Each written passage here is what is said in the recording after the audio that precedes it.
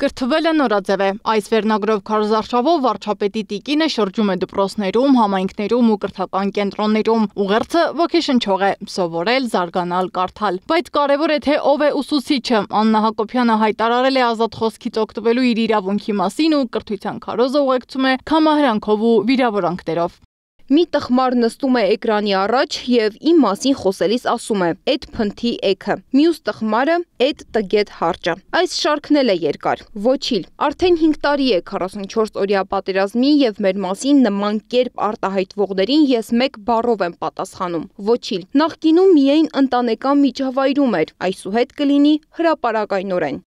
Ինտելեկտուալ ղզիկներ տեսել եք, ահա խնդրեմ, ոչ գիտեն պատերազմն ինչ է, ոչ գիտեն թշնամին ինչ է, ոչ գիտեն պոստն ինչ է, ոչ գիտեն խրամատն ինչ է, նստել կանանց ջոկատն են քննարկում։ Սիրտս ջմլվեց, ես շարունակում եմ առաջարկել և հուսալ, որ մեր հանրային խոսքի որակը կփոխվի, մակարդակը հատակից կբարձրանա, քանի դեռ այս առաջարկը ծաղրի ու հայհոյանքի է արժանանում, պատասխանը կլինի համարժեք։ Իսկ արդյոք այս լեքսիկոնը համապատասխանում է իրեն առաջին տիկին դիրքավորող կերպարին, ինչ օրինակ է ծառայում հանրային ուսուցիչ ներկայացող կերպարը հասարակության, հատկապես կանանց ու երեխաների համար։ Աննա Հակոբյանի խնդիրը այս պահին դաշտը իրանով լցնելն է, եւ ըստ այդմ նա հիմա իրեն այնպես է պահում, որ բոլորը քննարկեն դա, եւ ցավոք ըստ իս ընդդիմադիր շատ ու շատ ազդեցիկ մարդիկ, ինֆլուենսերներ, այսպես ասած, իրենք այդ խայծը կուլ են տվել։ Աննա Հակոբյանն ունենալով մեծ ազդեցություն մեդիահարթակում, իրենց քննադատողներին վիրավորում է, հուսալով, որ կփոխվի հանրային խոսքի որակը։ Իսկ փորձագետներն ասում են, հանրային յուրաքանչյուր դեմքի խոսքը անուղղակիորեն ընկալվում է որպես քաղաքական ազդեցություն։ Սոցիալական հարթակներում արված հայտարարությունները կարող են ազդել ոչ միայն հանրային ընկալումների, այլև պետական ինստիտուտների նկատմամբ վստահության վրա։ Բոլոր ժամանակներում պետության առաջին դեմքերը, ղեկավարները, նրանց տիկնայք հասարակության համար եղել են էտալոնային եւ նրանց վարքագիծն է ուղղորդել տվյալ հասարակության վարքականոնի հիմնական նորմերը։ Հիմա նայելով Հայաստանը այս պահին ղեկավարող այդ զույգի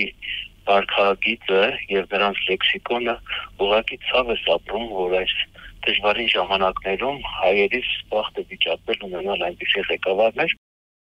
Քաղաքագետների և հասարակական գործիչների մի հատված պնդում է, որ նման վարքագիծը հարիր չէ հանրային գործչի ընտանիքի անդամին։ Նրանք ընդգծում են, որ վարչապետի կինն ունի փաստացի քաղաքական ազդեցություն և պետք է ցուցաբերի զսպվածություն ու հանրային պատասխանատվության զգացում։ Կան նաև պաշտպանող դիրքորոշում ունեցողներ։ Ասում են, Հակոբյանը արտահայտում է անձնական կարծիքը և որպես քաղաքացի ունի դրա իրավունքը։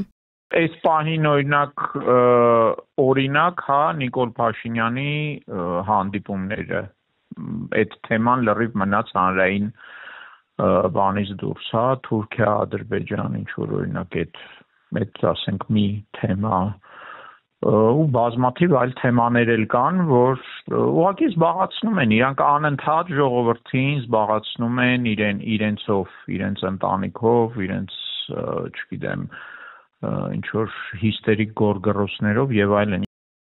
Այդուամենայնիվ ակնհայտ է, որ նման վարքագիծը խորացնում է հասարակության բևեռացումը եւ նպաստում հասարակական լարվածությանը։ Հակոբյանի այս արշավը լի է վտանգներով, որոնց մասին հազանգ է հնչեցնում Գալստյանը։ Դրա վտանգները անթակուց են։ Մարդը բարոյական էակ է։ Մարդուց եթե հանում ես բարոյական նարատիվները, մարդը դառնում է աշխարհի ամենակիշատիչ կենդանին։ Եթե մենք ներքին բարոյական կոդեքսներ մեր միջից վերանում են, ուրեմն մենք դառնում ենք աշխարհի ամենասարսափելի էակները, գիշատիչներից ավելի վայրենաբարույց։ Այդ վայրենությունը, այդ ատելությունը, այդ քաղաքացիական բախման տանող դիսկուրսը ուղղակի աչքի առջև է, սա պետք է կանխել, սա պետք է արգելել, որովհետև եթե այսպես շարունակվի, հայ հասարակությունը կդառնա իրար հոշոտող, իրար բսկտող ուղղակի մարդկանց խառնամբող։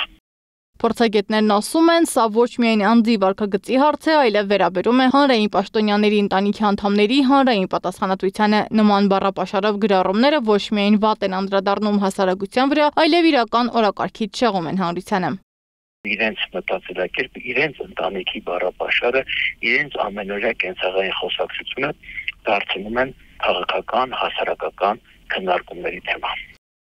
Անվիճելի է, որ քաղաքական գործիչների ընտանիքի անդամները եւս պետք է գիտակցեն իրենց դերն ու ազդեցությունը հանրային դիսկուրսում։ Մասնագետներն ասում են, երբ վարչապետի կինը խոսում է վիրավորական լեքսիկոնով, դա ոչ միայն անձնական արժեքների մասին է, այլ նաեւ պետական պատկերի խնդիր։ Հասարակությունը առավել քան երբևէ կարիք ունի հանդուրժողականության, զսպվածության եւ օրինակելի վարքագծի, հատկապես այն մարդկանց կողմից, ովքեր իրենց ազդեցությամբ ձևավորում են հանրային տրամադրություն։ Սադամ Ակարյան, Գեղամ Ղազարյան, ABC Media։